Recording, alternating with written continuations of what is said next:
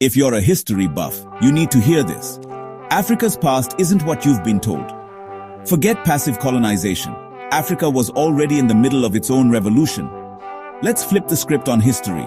Most people think Africa's 19th century was all about Europeans arriving and taking over. But historian Richard Reid says, hang on, there's much more to it. Between 1789 and 1914, Africa was having its own long 19th century.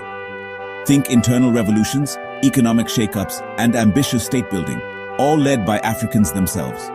Take a single Tanzanian trade route. Reid shows how African communities there were reshaping politics, business, and even conflict, seizing new global opportunities as they came.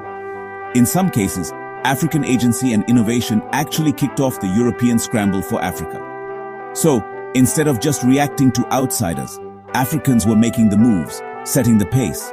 This era is usually overshadowed by colonial tales, but Reid flips that on its head. He argues it was a time of real revolution, brimming with fresh ideas, power struggles, and African decision-making. It wasn't simply a story of European conquest. It was Africa shaping its own destiny. So before Europe ever drew a border, Africa was already defining its future. Want to go deeper? Check out the African Revolution for a history lesson packed with agency and insight. Like and follow if you're ready to see history from a new angle.